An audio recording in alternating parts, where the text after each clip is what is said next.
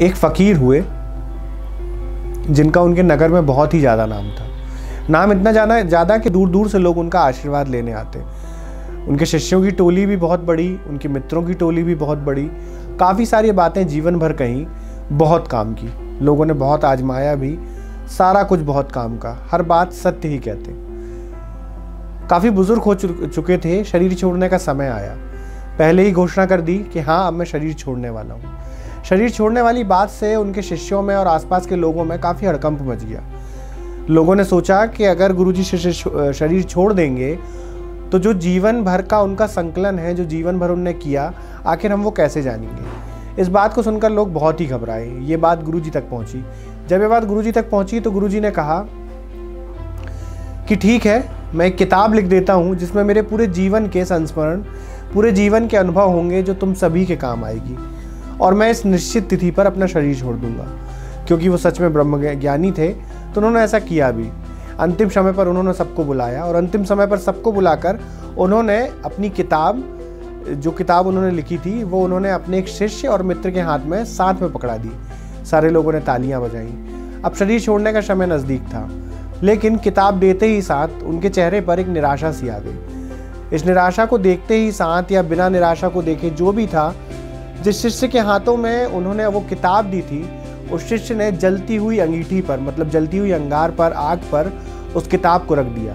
जैसे ही उस किताब को जलती हुई अंगार पर रखा, किताब जलकर राख हो गई। इस बात को देखकर वो गुरुजी बहुत खुश हुए, लेकिन सारे लोग, जितने भी उनके साथ के शिष्य और उनके मित्र वहाँ पर थे, वो सारे लोग दुखी हुए और उस शिष्य पर चिल्लाने भी लगे कि तुमने ऐसा क्यों किया। लेकिन वो गुरुजी जो शरीर छोड़ रहे थे, उस संत ने सभी को रोका और कहा कि इसने बिल्कुल सही किया।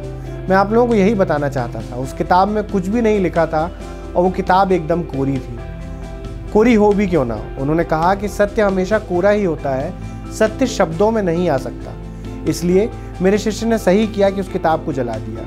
अगर आप मेरी किताब के सहारे चलते तो जीवन भर आप मुझे ही ढूंढते रहते, ना ही मुझसे आगे बढ़ पाते, ना ही मुझसे पीछे, बस मुझ पर ही आकर आप रुक जाते। इसलिए सत्य को जानने के लिए किसी किताब का सहारा न लीजिए, बस चलते रहिए, खुद के अनुभव को जानिए, ध्यान करिए। ध्यान से बढ़कर कुछ भी नहीं है। नमस्कार, मैं देव सिद्धार्थ हूँ। इस कहानी को आप ओएसपा पे सुन रहे थे। अगर आपको कहानियाँ पसंद आ रही हैं तो लाइक और सब्सक्राइब कीजिए। नमस्कार। देव सिद्धार्थ है, शायद अब परिचय की जरूरत नहीं है क्योंकि आप हमारे वीडियोस को काफ़ी पसंद कर रहे हैं। लेकिन आज एक सूचना थी जो आपको देनी थी। सूचना ये थी कि YouTube के और आप सभी के सहयोग से अब हमारे चैनल पर आपको एक बटन और देखने मिलेगा।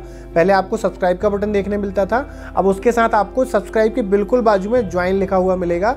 जैसे ही आप ज्वाइन पे क्लिक करेंगे तो आपको मेंबरशिप के ऑप्शन आएंगे। मेंबरशिप है सिल्वर, गोल्ड और प्लैटिनम। आप जो भी मेंबरशिप लेना चाहें आप ले सकते हैं। आपकी मेंबरशिप लेने से हमें प्रोत्साहन मिलेगा, मोटिवेशन मिलेगा, और जिसके बाद हम आपको और भी बहुत कुछ दिखाना चाहेंगे जो हम लोग प्लानिंग्स कर रहे हैं। हमारी पूरी टीम प्लानिंग कर रही है। हो सकता है आपको आगे जर्नलिज्म से जुड़े हुए वीडियो, न्यूज़ एंकरिंग और ये काफ़ी कुछ मिलेगा। शॉर्ट फिल्म्स मिलेंगी आपको हमारे चैनल पे। तो अगर आप हमें ज्वाइन करेंगे, अगर आप मेंबरशिप लेंगे तो हमें काफ़ी सहयोग होगा। दोस्तों, अगर हमारे वीडियो आपको पसंद आ रहे हैं तो लाइक, शेयर और सब्सक्राइब ज़रूर करें। अगर आप हमें फेसबुक पे देखते हैं तो फेसबुक पे शेयर ज़रूर करें। नमस्कार।